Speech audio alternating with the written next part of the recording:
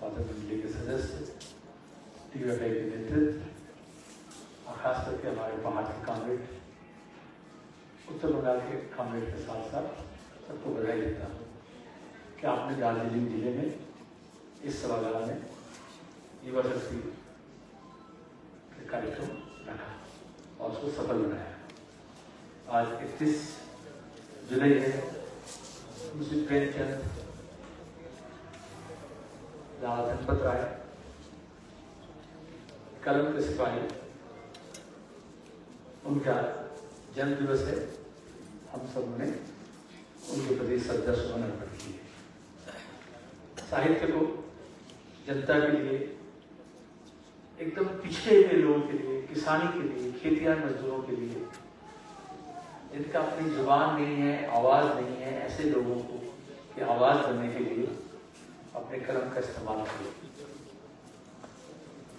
आज भी ऐसे लोगों की जरूरत है और यही कारण है कि युवा आंदोलन, युवा संगठन करते हैं रोजगार के लिए, शिक्षा के लिए, अन्य मांगों को लेकर के और रचनात्मक कामकाज के बीच अपने पत्रिका और पुस्तिका प्रकाश करते रहती है।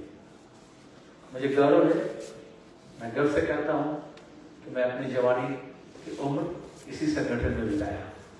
आज भी जो कुछ भी हूँ, जो कुछ भी बोलता हूँ, लिखता हूँ, उसमें ये संगठन डीएफआई का देन है। डीएफआई करने से जो अनुभव मिला उसी को मैं अब तक बना रहा हूँ। यहाँ हिंदी में भी और नेपाली में भी युवा शक्ति का संख्या निकाला गया। मैं डीएफआई के राज्य नेताओं से ये अनुरोध करूंगा कि इसे वो ऐसे एक ओकेशनल नहीं, रेगुलर करें। हमें मालूम हुआ कि हिंदी वाला मामला है, मंथली बंगला में युवा शक्ति है, त्रैमासिक क्वार्टरली हिंदी में निकलता रहता है। और ये नेपाली में जो आज यहाँ पर उद्घाटन किए, यहाँ की जिम्मेदारी है, खास करके नेपाली भाषी जो हमारे कॉमरेड हैं, कि इसको किस तरह से नियमित किया जाए। कठिन है लेकिन करना पड़ेगा। आप इस कार्यक्रम को करते वक्त देखिए, हिम्मत के साथ आपने किया। जो भी कार्यक्रम किए, शहीदों के घर गए, कल यहाँ लोगों ने कहा मास कलेक्शन किए, उत्साह से लोग हिस्सा लिए और सहारा दिए। तो ये जो रिस्पॉन्स है, इसको दिमाग में रखते हुए, मद्देनजर रखते हुए आप ऐसे कार्यक्रम को और भी आगे बढ़ाएंगे। नए पीढ़ी के युवाओं को जोड़ना पड़ेगा। आज इस देश में और पूरे विश्व में युवा पीढ़ी बहुत संकट में है, आर्थिक रूप से, सामाजिक रूप से, राजनीतिक रूप से, कानूनी तौर पर, गैर कानूनी तौर पर, प्रशासन के साथ, state actors, non state actors के द्वारा युवाएं पीड़ित हो रहे हैं। हर देश में, कोई देश हो या कोई जाति। हमने समाजवाद की बात इसलिए करते हैं, समाजवाद ही जहां एक व्यक्ति के ऊपर दूसरे व्यक्ति को भाषा के नाम पर, धर्म के नाम पर, जाति के नाम पर, क्षेत्र के नाम पर, पेशा के नाम पर एक दूसरे को रोकने का इजाजत देता नहीं है। सामूहिक रूप से आगे बढ़ने की कोशिश, एक शोषण रहित और उसके साथ साथ समानता के ऊपर आधारित व्यवस्था आसान नहीं, लेकिन वो करने से विज्ञान, तकनीक, उद्योग, कृषि, हर मामले में, संस्कृति में किस तरह से सामूहिक रूप से विकास होता है, उसके उदाहरण हमारे विश्व में है। आज भी बाजू में हमारा कालिम्पोंग से लगा हुआ चीन का सीमा है। पूरे विश्व के अंदर चीन, पीपल्स रिपब्लिक ऑफ चाइना, कम्युनिस्टों के नेतृत्वाधीन अपने धारा में चाइनीज कैरेक्टरिस्टिक्स, समाजवाद के जो निर्माण किए हैं, तो सबसे पहली बात है वहां की गरीबी को दूर करना, बेरोजगारी को घटाना और अमेरिकी साम्राज्यवाद जैसे मुल्क के साथ लोहे का टक्कर लेना, जैसे कांटा से कांटा होता है। और उसी जगह पर हम यहाँ देखते हैं हमारे देश में पब्लिक रिलेशन एक्सरसाइज होता है। देश से लोग ले जाकर के हवाई जहाज में भर करके मोदी मोदी चिल्लाया जाता है। लेकिन हमारा फॉरेन पॉलिसी हो, हमारा अर्थव्यवस्था हो, हमारी सामाजिक स्थिति हो, हमारे राजनीतिक कार्यक्रम हो, आज हमारे देश को पूरे विश्व के सामने कहां खड़ा कर दिया है। कल को ट्रम्प कहे कि रशिया और चाइना, रशिया और इंडिया दोनों अपने अर्थव्यवस्था को जो चरमरा रहा है वो उसको भारी नुकसान पहुंचेगा। देखिए वो कैसे अपने को संभालते हैं। रशिया समाजवाद का रास्ता छोड़ करके आज इस स्थिति में गया है कि अमेरिका उसको धमकी दे रहे हैं। और कल जब समाजवादी व्यवस्था थी तो रशिया अमेरिका के साथ हर मामले में, चाहे महाकाश विज्ञान हो, चाहे पर्यावरण हो, चाहे विज्ञान हो, चाहे तकनीक हो, चाहे मिलिट्री हो, चाहे न्यूक्लियर पावर हो, हर मामले में वो एक कदम अमेरिका को पीछे छोड़ रहा था। ये एक व्यवस्था की जरूरत होती है और इसलिए हम इस व्यवस्था की बात करते हैं। और ये व्यवस्था जब ऐसा होता है जहां पे प्रोडक्टिव फोर्स को अनलिस्ट किया जाता है तो फिर नई पीढ़ी के सामने चुनौती खड़ी होती है और दूसरे किस्म की चुनौती। यहां चुनौती है पूंजीवादी व्यवस्था में कि वो किस तरह से टिके रहे, किस तरह से वो रोटी रोजी कमाए, किस तरह से अपने परिवार का सहारा बने, किस तरह से अपने को बचाए और परिवार को बचाए और उसके बाद देश को बचाए, समाज को बचाए। और अगर रोटी रोजी की जिम्मेदारी समाज व्यवस्था लेती है, शिक्षा की जिम्मेदारी, स्वास्थ्य की जिम्मेदारी समाज व्यवस्था लेती है, तो फिर वो नौजवान के पास होता है कि किस तरह से वो मुल्क को बनाए, देश को बनाए, प्रगति के राह पर विज्ञान तकनीक को और भी ज्यादा आगे बढ़ाकर ले जाए, नए नए आविष्कार करे, नए नए शिखर पर चढ़े। ये दोनों में अंतर होता है। आज हमारे देश की तरफ क्या देख रहे हैं? एक तरफ बेरोजगारी है, मैं उस आपको नहीं जाना चाहता। आप डीएफए की लोग भली बात जानते हैं। डीएफए का मूलभूत जो लड़ाई है, वैचारिक सैद्धांतिक लड़ाई के साथ साथ वो है रोजी का सवाल, जॉब फॉर ऑल, शिक्षा का सवाल, एजुकेशन फॉर ऑल। और वो सिर्फ मांग नहीं, हम शिक्षा के बारे में ये चाहते हैं कि शिक्षा में इतना खर्चा हो बजट का 10वां हिस्सा। आज तक वो मांग नहीं गया। जीडीपी का 6%, इससे सीधा प्रहार होता है आम लोगों के अंदर, जो हमारे श्रमिक हैं, मजदूर हैं, मध्यम वर्ग है, निम्न वर्ग है। शिक्षा के खर्च हमें उठाना पड़ता है। बात करने का मतलब यह है कि शिक्षा एक सोशल इन्वेस्टमेंट है और वो ना होने से अगर अपने आप में हो, कोई ऑस्ट्रेलिया कनाडा जाके पढ़ सकते हैं, कोई अमेरिकी यूनिवर्सिटी में पढ़ सकते हैं प्राइवेट में, लेकिन बाकी जो सरकारी स्कूल है, कॉलेजेस है, वो चौपट हो जाएगा। बंगाल की तरफ आप देखो, पूरे देश की तरफ देखो, सरकारी स्पॉन्सर्ड सपोर्टेड जो एजुकेशनल सिस्टम है वो चरमरा रहा है, प्राइमरी से लेकर हायर सेकेंडरी तक। और सीधा सर आप देखो, जो रोजगार मिलता है, जिनको नौकरी मिलता है स्कूल में, 26,000 का नौकरी किया। जब वाम मोर्चा की सरकार थी, हर साल स्कूल सर्विस कमीशन, मदरसा service commission, college service commission और उसके बाद नियोग पत्र।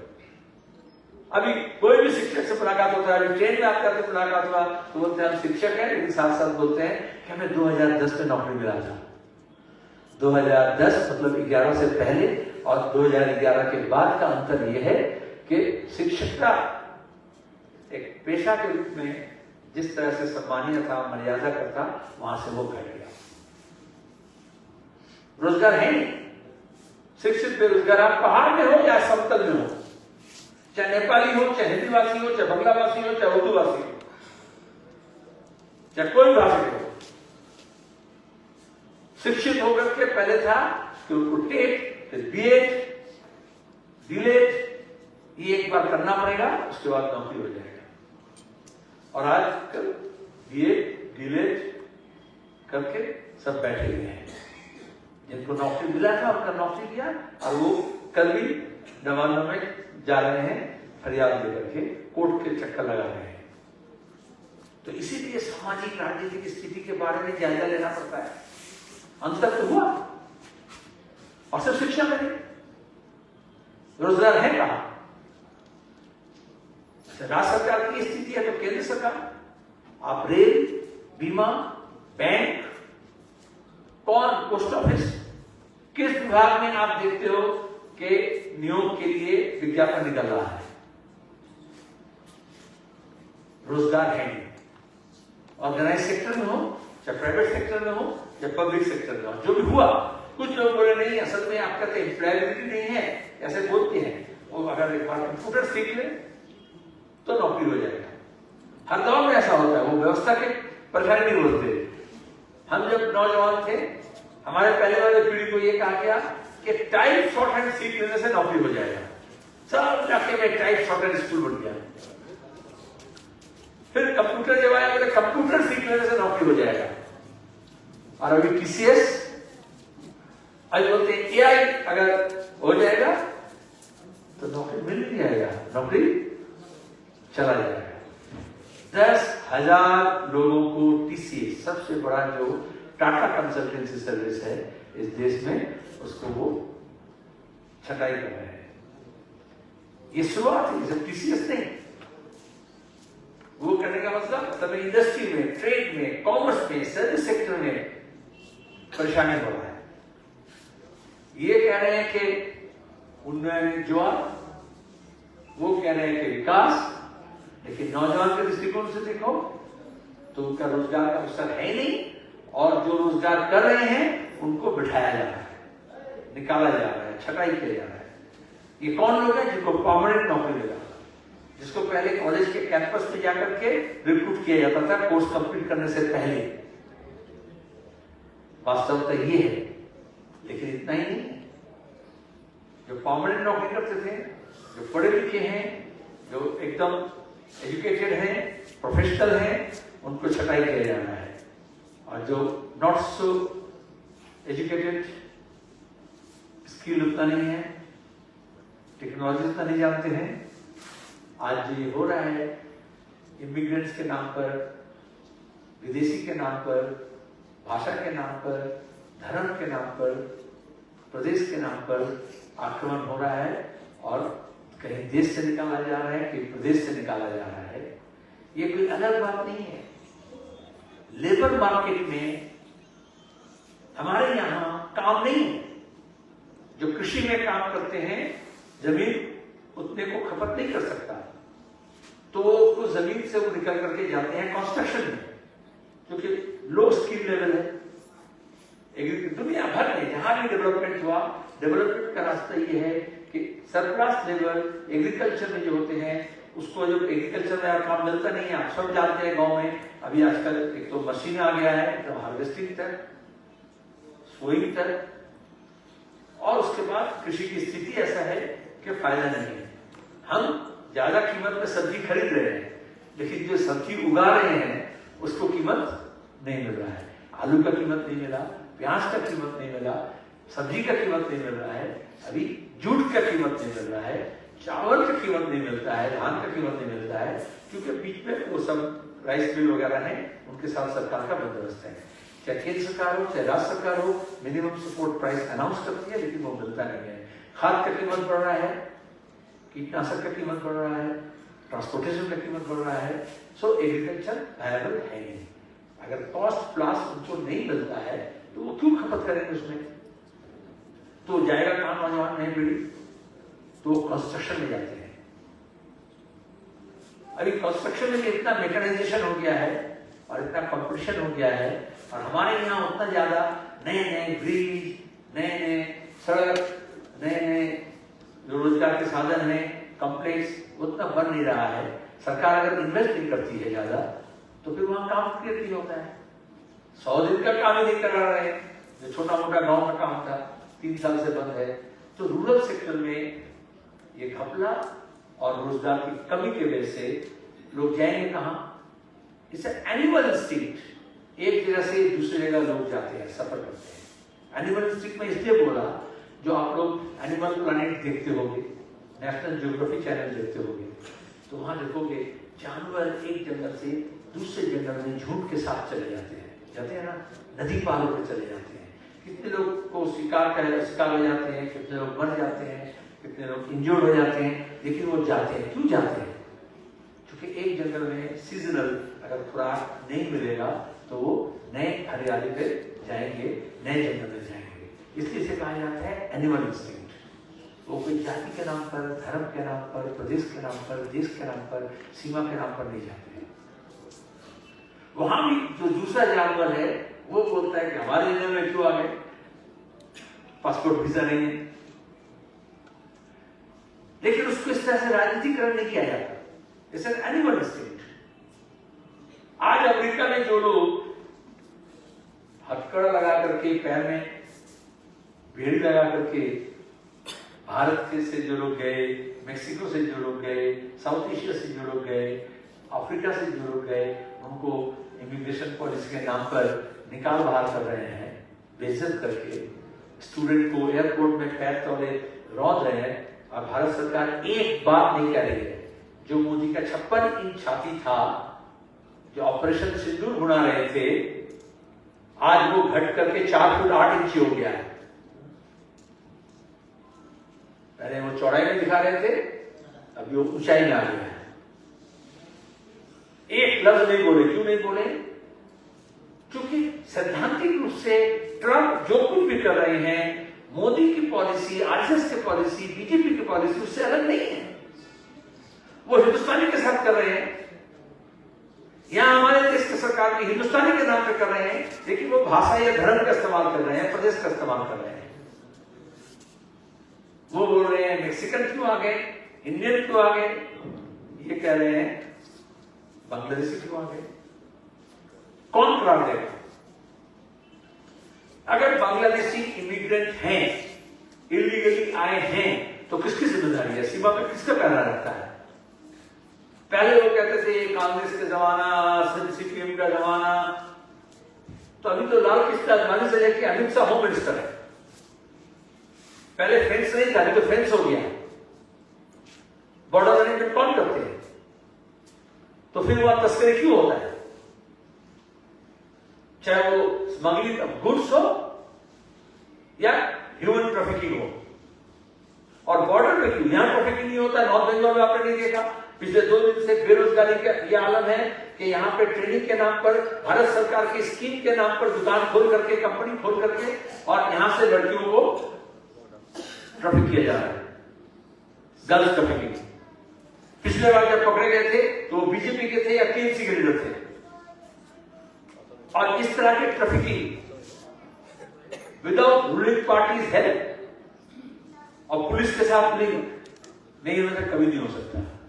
चाहे वो सीमा पर हो, चाहे वो इस प्रदेश से बिहार ले जा करके हो, दिल्ली में ले जाना हो, हरियाणा में ले जाना हो।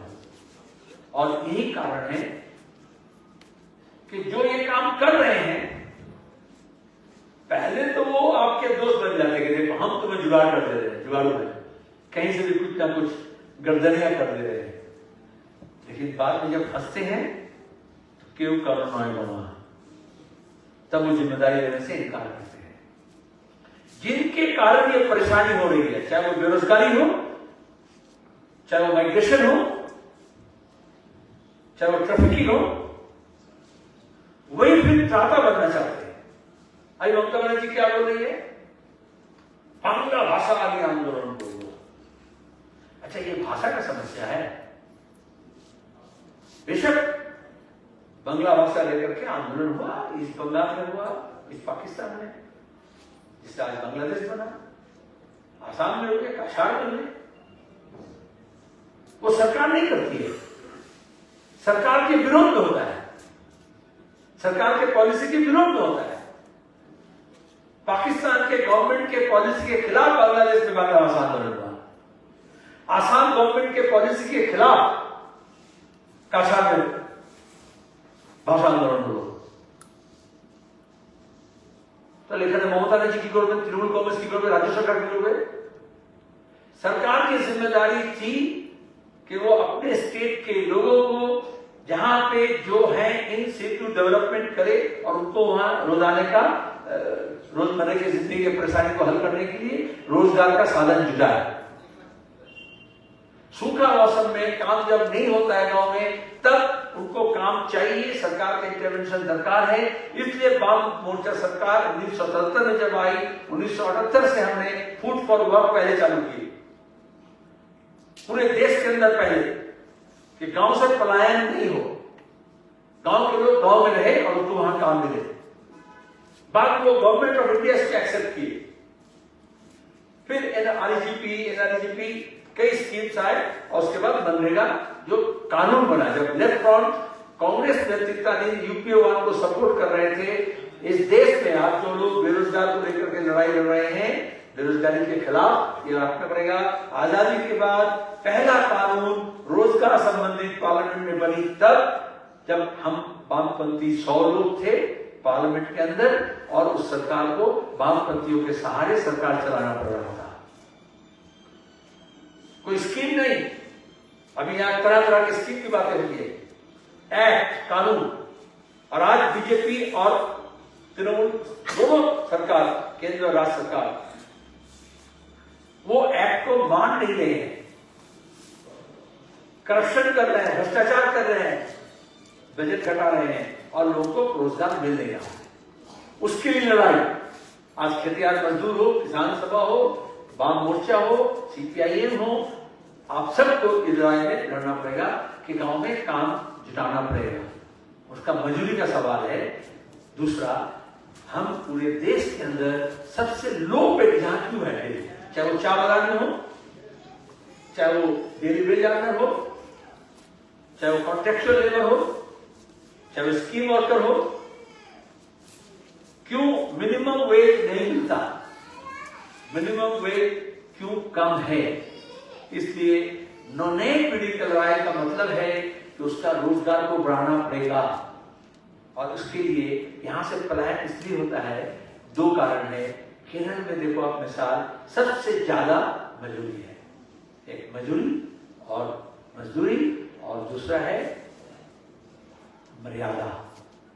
केरल की गवर्नमेंट कहती है कि ये गेस्ट वर्कर है और बीजेपी शासित राज्य में कहा जाता है ये बांग्लादेशी है, रोहिंग्या है, मुसलमान है। क्यों? और वो नहीं कहते, जब वो बांग्लादेशी ये कहते हैं, ममता बनर्जी, तृणमूल कांग्रेस, हम आपको वीडियो दिखा सकते हैं, तृणमूल के काउंसिलर खुद, ममता बनर्जी खुद कह रही है कि यहाँ हिंदीभाषी लोग हैं। इसको करना रानीगंज में, आसानसोल में, कलकत्ता में, कि देखो हिंदीभाषी लोग हैं। तो चीफ मिनिस्टर खुद भाषा के नाम पर लोगों को अंतर कर रहे हैं। भाषा के नाम पर आंदोलन करने से एक भाषा के खिलाफ दूसरे भाषा का लड़ाई नहीं, सरकार के नीति के खिलाफ उस भाषा के अधिकार के साथ साथ सब भाषा के अधिकार। हम वो पीढ़ी के नौजवान नेता हैं, जब डीओएफआई नेपाली भाषा, मणिपुरी भाषा, कोंकणी भाषा को संविधान के 8वें एक शेड्यूल में लाना पड़ेगा। इसके लिए हम सड़क में भी लड़े हैं और पार्लियामेंट के अंदर भी लड़े हैं। और डीओएफआई वामपंथी लड़ाई का मतलब है हमने उसको अदा किए, बाद में भोजपुरी वगैरह। लेकिन आज तक राजस्थान एक स्टेट है, राजस्थानी भाषा 8 शेड्यूल में इंक्लूड नहीं हुआ, चूंकि वो लड़ाई वामपंथी वहां कमजोर है, वो लड़ाई वो ज्यादा दूसरा लड़ नहीं पाए। एक भाषा दूसरे भाषा को निगल जाती है, इसलिए हर एक भाषा के अधिकार को स्वीकार करना पड़ता है। हमारे यहां बंगाल में जैसे अधिकतर लोग बांग्ला भाषी हैं, वैसे नेपाली हैं, गोरखाली, वैसे ही हिंदी बोलने वाले हैं, वैसे उर्दू बोलने वाले हैं, तमिल है, तेलुगु है, हर भाषा के लोग मिलेंगे। Cosmopolitan culture. आज देश की जो स्थिति बनी है, या जो भी शहर आप देखो जो विकास हुआ, चाहे दिल्ली हो, चाहे मुंबई हो, चाहे गुड़गांव हो, कोई ये नहीं कह सकते कि गुड़गांव को हरियाणवी बनाया है, कलकत्ते को सिर्फ बंगाली बनाया है, मुंबई को सिर्फ मराठी बनाया है, दिल्ली को सिर्फ दिल्लीवाल बनाया है। हर एक जगह से लोग आते हैं और तब नगर विकास होता है, शहर विकास होता है, तब इंडस्ट्रियलाइजेशन होता है। प्राइमरी स्कूल और विश्वविद्यालय में यही फर्क है। प्राइमरी स्कूल में हमारे अपने भाषा के लोग, अपने परिवार के लोग, अपने संसार के लोग, अपने समाज के लोग टीचर होते हैं, और उसको ऊपर में आकर के विश्वविद्यालय इसलिए कहा जाता है जहां से पूरे विश्व से कहीं भी पंडित मतलब धर्म वाला पंडित नहीं है, लर्नेड एजुकेटेड प्रोफेसर्स टीचर्स वो आ सकते हैं और तब वहां पे सिंथेटिक होता है, मिश्र होता है, आदान प्रदान होता है, हर एक का अनुभव, विज्ञान, शोध और तब वो वर्ल्ड नॉलेज वो सबका है। हम उसको सीमित कर रहे हैं। आज की दुनिया में एक तरफ आप कहते थे विश्वायन, ग्लोबलाइजेशन, एक अच्छे प्रति लोगों ने कहा कि पूरा विश्व एक ग्लोबल विलेज है। पूरे 90 के दशक में सुनते आए। आज वो क्यों नहीं मानते ग्लोबल विलेज है? आज वो क्यों कह रहे हैं ये दूसरे प्रदेश से आया है, ये दूसरे प्रदेश से आया है, ये दूसरे जगह से आया है? तो इकोनॉमी में, मार्केट में, करप्शन में, इन्वेस्टमेंट में सब पूरा एक है और लेबर में, वर्कर में नहीं है। सबसे वल्नरेबल सेक्शन है जिसका परमानेंट नौकरी नहीं है, जिसका सोशल सिक्योरिटी नहीं है, आज उसका फिजिकल सिक्योरिटी नहीं है। टीसीएस के वर्कर को तो आप छटाई कर रहे हो और जो गाड़ी धोता है, जो पोछा लगाता है, जो टेम्पोररी काम कर रहा है, जो सिक्योरिटी का जॉब कर रहा है, जो गीग वर्कर है, जो ड्राइवर है, ऑटो चलाता है, टैक्सी चलाता है,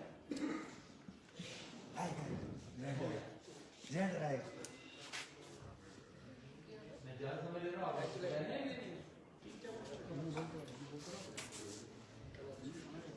मैं हिंदी में बोल रहा हूं तो दिक्कत तो नहीं है ना? ना तो लोग हम लेना से कोई स्टेट हम कुछ सौ हिंदी बोलते हैं, ऐसा हिंदी बोलते हैं जो बंगला वाले समझते हैं, हिंदी वाले नहीं समझते, और ऐसा बंगला बोलते हैं हिंदी वाले समझ लेते हैं, बंगला वाले नहीं। क्या उल्टा हो गया? अगर समझते तो बंगला हाथी भयो दोदा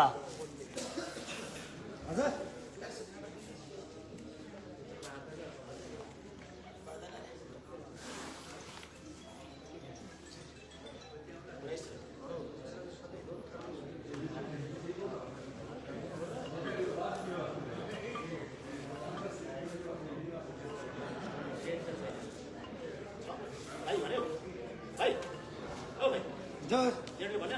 भन्यो भने गर्छ।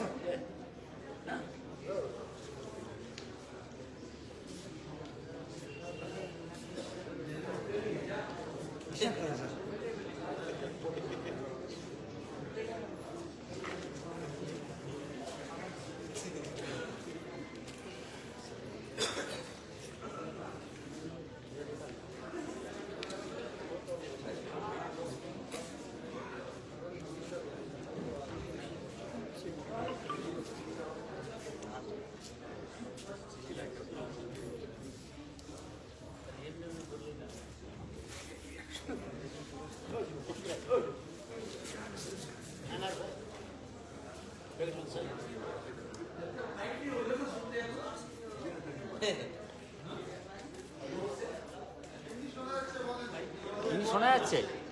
শোনা কিন্তু যাচ্ছে, হ্যাঁ শোনা যাচ্ছে।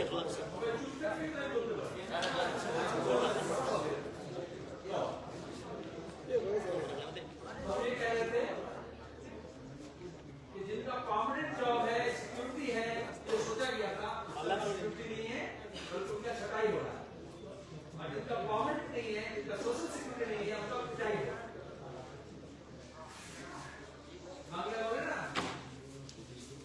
মুখে জলে গোবর হাসে তাহলে এখানে কেউ তো বলে আছে কেন একবার জানতে তো বলছিল গুরগাঁওতে তো আমার ভাইপো আছে, ভালোই আছে, ও তো অমুক কোম্পানিতে চাকরি করে, হায়দ্রাবাদে তো আছে, ব্যাঙ্গালোরে আছে, পুনে আছে। আসলে এটা হচ্ছে ক্লাস। आज जो आक्रमण हो रहा है ये ममता के कहने लायक सिर्फ बंगला बंगला नहीं, भाषा, धर्म और बल तीनों का प्रयोग हो रहा है। आप जब चाइनीज खाना जाते हो ना, नूडल्स खाने के लिए फॉर्क होता है ना, कांटा चम्मच, उसमें 3 कांटा होता है। 3 कांटा इसलिए होता है कि आप नूडल्स से वो चाइनीज वगैरह साउथ ईस्ट एशिया में एक कांटे से खा लेता है, 2 कांटे से खा लेता है, लेकिन हमें 3 कांटा लगता है। सब उठाने के लिए पहले 3 कांटा का प्रयोग किया जाता है, लेकिन बाद में जब जो अवशेष रह जाता है उसको फिर इतना छोटा होता है टुकड़ा, उसको फिर एक किनारा करके एक कांटा उठाया जाता है, होता है ना। तो अभी धर्म, भाषा, वर्ग तीनों का प्रयोग किया जा रहा है, इससे कोई अछूता नहीं रहेगा। बाद में फिर सिर्फ भाषा और वर्ग, और उसके बाद फिर वर्ग एक कांटा। এই জন্য বলি ঘুঁটে জলে গোবর হাসে বলতে হবে না। অনেকের মুশকিল হচ্ছে যারা মনে করে কি জ্বালা বিষে বুঝিবে সে কিসে, কবু আসি বিষে দংশে নি জানে। তাহলে আজকে যে আক্রমণ হচ্ছে তার প্রতি সংহতি জানাতে হবে, তার পাশে দাঁড়াতে হবে।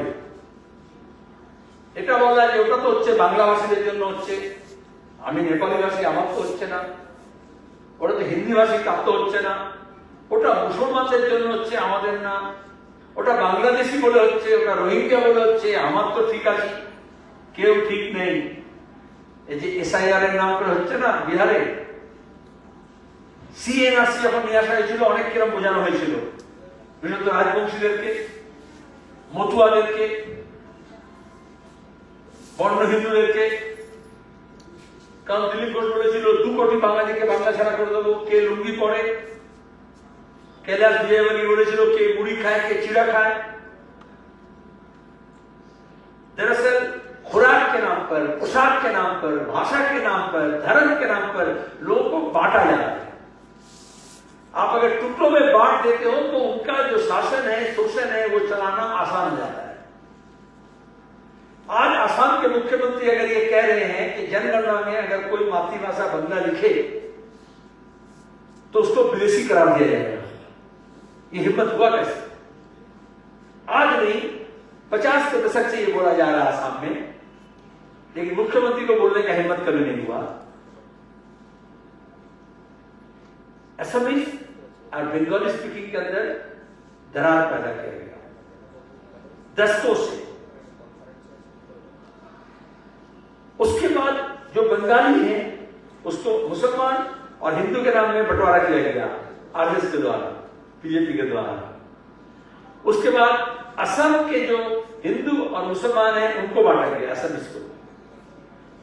फिर मुसलमानों को असमीज मुस्लिम और बंगाली मुस्लिम में बांटा गया। फिर आदिवासी को अलग अलग ट्राइब में बांटा गया। ऐसे 87-88 दुकानें खोली गई टुकड़ों में, सब छोटे-छोटे दुकान है। आप जितना बढ़ जाओगे उतना कमजोर हो जाओगे। আজকে রোজগারের সঙ্গে ঐক্যের কথা এই জন্যই বলা হচ্ছে, সংহতির কথা এই জন্যই বলা হচ্ছে। जो यूथ इंटरनेशनल गाना है उसमें कहते हैं कोई देश हो या कोई जाति, जवानों के ही दम से जगमगाती। और उस नौजवान को अगर तलवार, त्रिशूल, भाषा, लिबास, पोशाक, खुराक के नाम पर बांट दिया जाए तो फिर उसके दम से आग जलता है, कोई जाति जगमगाता नहीं है। आप दार्जिलिंग के लोग भली भांति इससे परिचित हैं। आज यहां पे जो लोग ये कहते हैं कि हम अलग देश बनाएंगे बोले थे, अलग प्रांत बनाएंगे बोले थे, अच्छा चलो देश नहीं बनेगा, प्रांत नहीं बनेगा, अलग केंद्र शासित अंचल बनेगा। উত্তরবঙ্গের লোকদের বোঝানো হয়েছিল বিজেপি সরকার আসার পরে কতবার কাগজে কত লেখা হলো, একদম কথা হয়ে গেছে। कुचबिहार का को राज्यसभा मेंबर बनाया है, महाराज बनाया उनको पहले, उसका राज्यसभा मेंबर बनाया और बोला होम मिनिस्टर से আমার কথা হয়ে গেছে, আমি মুখ্যমন্ত্রী হব বা লেফটেন্যান্ট গভর্নর হব, আর গেটে कुचबिहार হয়ে যাবে, রাজ্য হয়ে যাবে। বলেনি किसको क्या है? अरे ये सब का मतलब तो है ऑटोनॉमी। लोकतंत्र ऐसा विकसित हो, अधिकार केंद्रीभूत नहीं होकर के उसका वितरित हो, विकेंद्रीकरण हो, हमें अपना ऑटोनॉमी मिले। पूरे देश के अंदर ऑटोनॉमी का उदाहरण जम्मू एंड कश्मीर थी। चूंकि वो देश भाग के समय अलग रियासत थी। उसके बाद वहां के लोग निर्णय लिए, राजा नहीं, शेख अब्दुल्ला के नेतृत्व में, कि हम भारत के साथ जुड़ेंगे। मुस्लिम बहुल होने के बावजूद भी हम सेकुलर इंडिया के साथ रहेंगे, मुस्लिम पाकिस्तान के साथ नहीं रहेंगे। लेकिन हमें कुछ सेफगार्ड देना पड़ेगा। क्या सेफगार्ड? हमारा जो आइडेंटिटी है, हमारा जो तहजीब है, हमारा जो अदब और कायदा है, हमारा जो लैंग्वेज है, हमारा जो रहन सहन है, हमारा जो लैंड है, उसको प्रोटेक्ट करना पड़ेगा। ये कोई सरकार नहीं, कॉन्स्टिट्यूशन असेंबली जो हमारा संविधान बनाई, जो संविधान, वो संविधान कोई मुख्यमंत्री, कोई प्रधानमंत्री नहीं, कोई नेहरू नहीं। नेहरू अब्दुल्ला में पैक्ट हुआ, लेकिन कॉन्स्टिट्यूएंट असेंबली उस वक्त संविधान बना रही थी। उन्होंने कहा कि जम्मू कश्मीर के लिए अलग सा एक संविधान सभा बने और वहां से एक संविधान तैयार करे और हम उसको मान्यता देंगे और हमारे संविधान के अंदर हम उसका सेफगार्ड रखेंगे। वो है 370। ऐसा प्रचार आरएसएस बीजेपी ने किया कि ये ऑटोनॉमी देने का मतलब है देश से अलग हो जाना। गलत नहीं कहा। आरएसएस संघ परिवार का जो सैद्धांतिक वैचारिक जो निर्णय है वो है केंद्रीभूत, यूनिटरी, फेडरल नहीं। वो अलग अलग राज्य नहीं मानते, यूनिटरी, केंद्रीभूत, एक कमांड से होगा। कोई भी तानाशाही, कोई भी फासिस्ट सोच वो जनता को अधिकार देते नहीं है, जनता से अधिकार लेते हैं। वामपंथा और दक्षिण पंथा के अंदर यही अंतर है। वामपंथा का मतलब यह है कि पावर टू द पीपल, विकेंद्रीकरण। इसलिए हम केंद्र सरकार के विरोध में हमेशा लड़ते आए, आज भी लड़ रहे हैं, चाहे हमारा राज्य सरकार हो या ना हो, कि केंद्र सरकार को राज्य को अधिकार देना पड़ेगा। राज्य से लड़ते आए कि राज्य को जिलों में देना पड़ेगा, जिलों को ब्लॉक को देना पड़ेगा, तब ये पंचायती राज सिस्टम बने। ब्लॉक को अंचल में देना पड़ेगा और सिर्फ अंचल नहीं। এখন মমতা ব্যানার্জি বলছে ওই দুয়ারে সরকারের পরে এখন কি একটা বলেছে না, আপনার সমস্যা আপনার পাড়া সমাধান, আপস আপনার পাড়া আপনার সমাধান। আরে ডিসেন্ট্রালাইজেশন যদি হতো, ব্যুরোক্রেটাইজেশন যদি না হতো, আমরা যে ঠিকায় পঞ্চায়েতি রাজ সিস্টেম করেছি, পুরসভা করেছি, আমরা বলেছিলাম শুধু পুরসভা মানে মেয়র না, মেয়র কাউন্সিল, মোট পাওয়ার, শুধু কাউন্সিলর না, ওয়ার্ড কমিটি, শুধু পঞ্চায়েত প্রধান না, শুধু পঞ্চায়েত সমিতির সভাপতি না, তাহলে বিভিন্ন স্থায়ী সমিতি, শুধু ইলেক্টেড মেম্বার না, গ্রাম সংসদ। এখন যেটা উনি বলছেন যে আমি 10 লাখ টাকা দেবো, পাড়ার সব লোককে ডেকে নিয়ে এসে আপনারা ঠিক করবেন, ওয়ান অফ, শুধু ভোটের জন্য। এখন আর তো পঞ্চায়েতের সিস্টেমে আছে যে প্রত্যেক 6 মাসের মধ্যে গ্রাম সংসদের বৈঠক ডেকে পরিকল্পনা কি হয়েছে, রসদ কি আছে, প্রায়োরিটি কি হবে, কোন কাজটা আগে হবে, আইনে লেখা আছে। সেই আইনে তাকে রেখে দেওয়া হয়েছে। যখন থেকে তৃণমূল পঞ্চায়েত দখল করেছে, জিপিএ দখল করেছে, তখন থেকে তারা এই ডিসেন্ট্রালাইজেশন মানে না। পুরসভা দখল করেছে, জোর করে গাছবাড়ি করে দখল করেছে। वो कहते हैं हम ग्राम जिला गए, जिला परिषद ना আমি গিয়ে জেলা প্রশাসনিক বৈঠক করবো, ডিএমপি এসপি কে ধমকাবো, লাইট টেলিকাস্ট করবো, বলে না আমি সরাসরি ভিডিও আইসি কে আমি কন্ট্রোল করি, যেমন গুন্ডাকে কন্ট্রোল করি। তাহলে ডিসেন্ট্রালাইজেশনটা হলো না, তাহলে পাওয়ারটা দেওয়া গেল না। সেখানে বিজেপি কি বলছে, এই ডিসেন্ট্রালাইজেশন যেমন মানুষের পাওয়ার, সেরকম মানুষের ভাষা, ধর্ম, পোশাক, খোরাক, এই যে নানা ভাষা, নানা মত, নানা পরিধান, বিবিধের মাঝে দেখো মিলন মহান, এইটাকে ফিলোসফিক্যালি স্বীকার করতে হয় যে আমার মতে সব মত নয়, আরো যারা বা 10 জন আছে তার 10টা মত আছে, দ্যাটস ডেমোক্রেটিক। তাহলে আমাদের বিভিন্ন রাজ্য আছে, India is a multilingual state. Let RSS say this. RSS does not believe this. হচ্ছে আলাদা না। আমরা বহুভাষিক রাষ্ট্র, আরএসএস মনে করে না হিন্দি হিন্দু হিন্দুস্তান।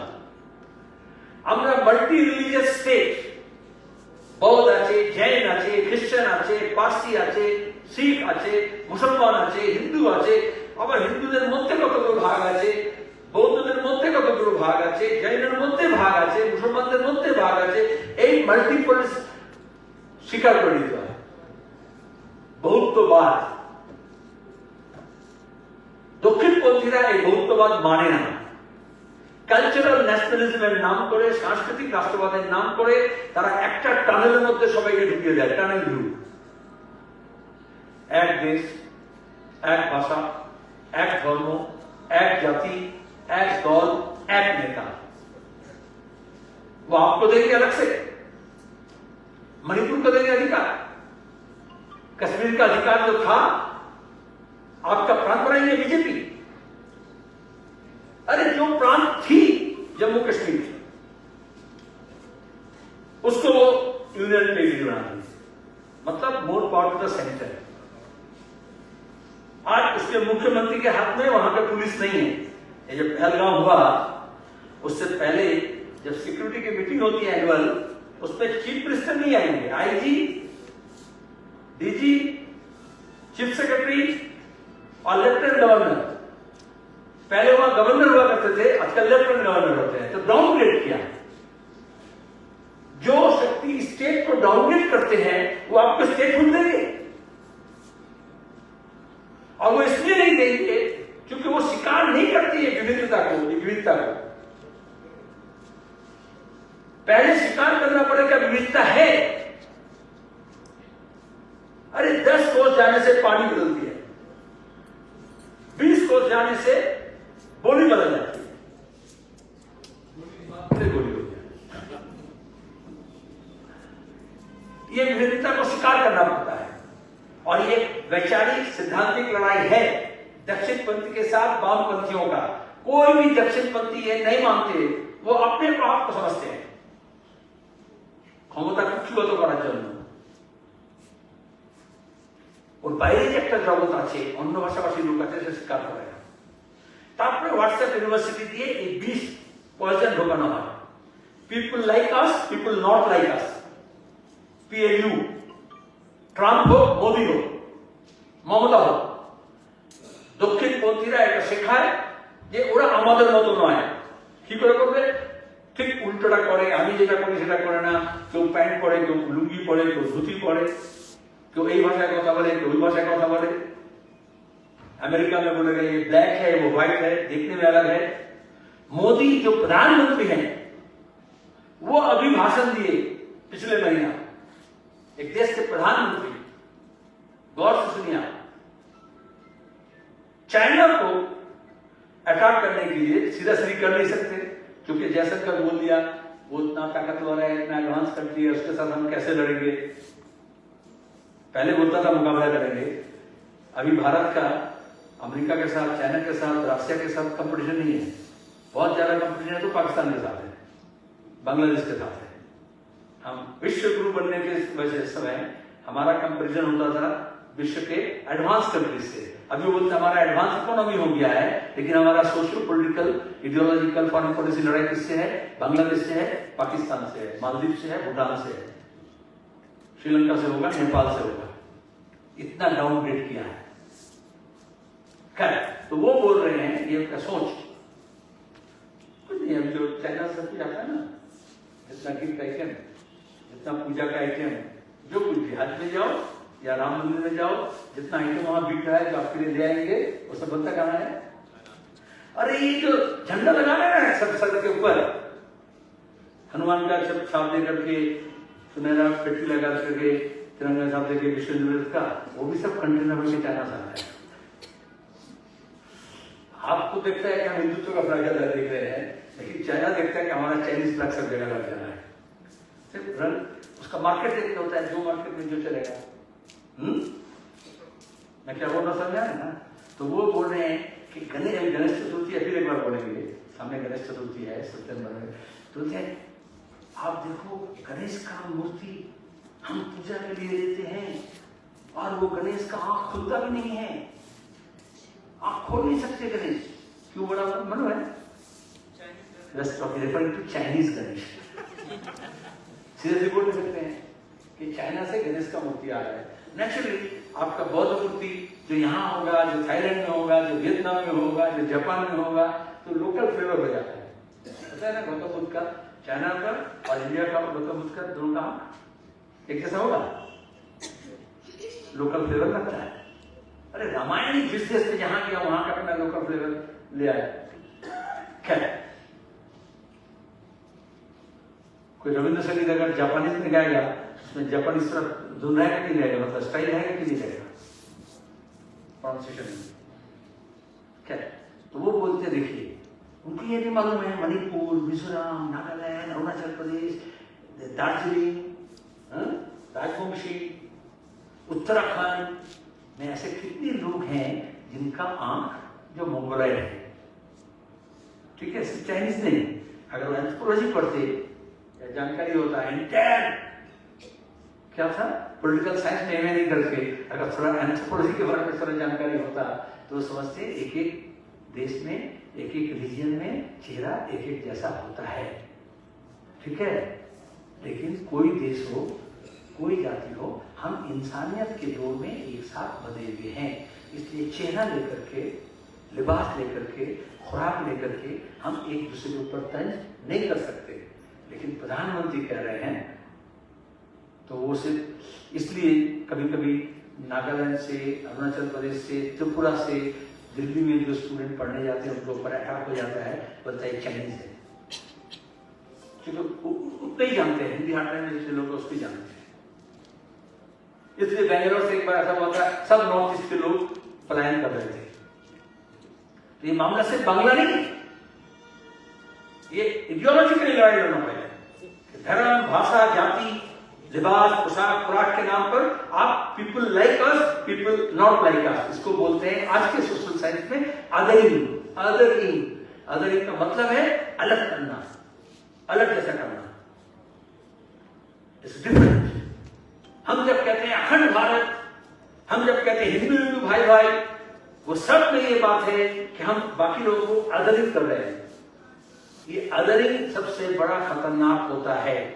कोई अगर लेफ्टिस्ट है और सही मानों में लेफ्टिस्ट है तो वो इस आदरिंग के खिलाफ रहेगा, क्योंकि वो इंसानियत के नाते एक दूसरे को नजदीक समझता है। और जो राइटिस्ट है उसको आदरिंग करना पड़ेगा। फासिज्म के रास्ते पर सफर में एक बड़ा पड़ाव ये है आदरिंग का। People not like us and adhering. इस तरह से आप एक को फिर दुश्मन बनाते हैं, चाहे उसको नाम रोहिंग्या दो, चाहे हरमत दो, चाहे ज्यूज दो, चाहे पैलेस्टीनियन दो। जहां जैसा मौका मिलेगा, हिटलर ने जैसा किया था ज्यूज के खिलाफ, उसको अलग किया था। उसके बाद गैस चेंबर में गया था। नफरत का खेती किया जाता है, देश, हिंसा, घृणा फैलाना। व्हाट्सएप यूनिवर्सिटी में ये भर के आता है और बाकी लोगों के अंदर भय पैदा किया जाता है कि देखो वो तुम्हारा मुल्क ले लेगा, वो तुम्हारा प्रांत ले लेगा, वो तुम्हारा रोजगार ले लेगा। अब ममता बनर्जी इडियोलॉजिकली पॉलिटिकली उससे नहीं लड़के बोलते तो हम काट दो। अरे जो यहां पे है उसको आप रोजगार नहीं दे पा रहे हो, जो यहां से दिया इसलिए दिया, यहां रोजगार नहीं है बोल करके, तो मुख्यमंत्री के रूप में आप जुलूस करके क्या होगा, भाषा के नाम पर आंदोलन करके क्या होगा? आपको यहाँ पे रोजगार का साधन जुटाना पड़ेगा, इंडस्ट्रियलाइजेशन करना पड़ेगा, 100 दिन का काम को बेशक चालू करना पड़ेगा, जरूरत पड़ने से 200 दिन करना पड़ेगा। और आरएसएस बीजेपी के खिलाफ इडियोलॉजिकली टक्कर लेना पड़ेगा। वो टक्कर एक राइटिस्ट दूसरे राइटिस्ट के खिलाफ इडियोलॉजिकली पॉलिटिकली नहीं ले सकती। इसलिए वो लड़ाई आज हो या कल हो वामपंथियों को लड़ना पड़ेगा, और वो लड़ाई हमें ही लड़ना पड़ेगा। और वो लड़ाई कल अगर लड़ेंगे तो देर हो जाएगा, वो लड़ाई आज ही शुरू करना पड़ेगा। इसी अपील के साथ आप सबका धन्यवाद करते हैं।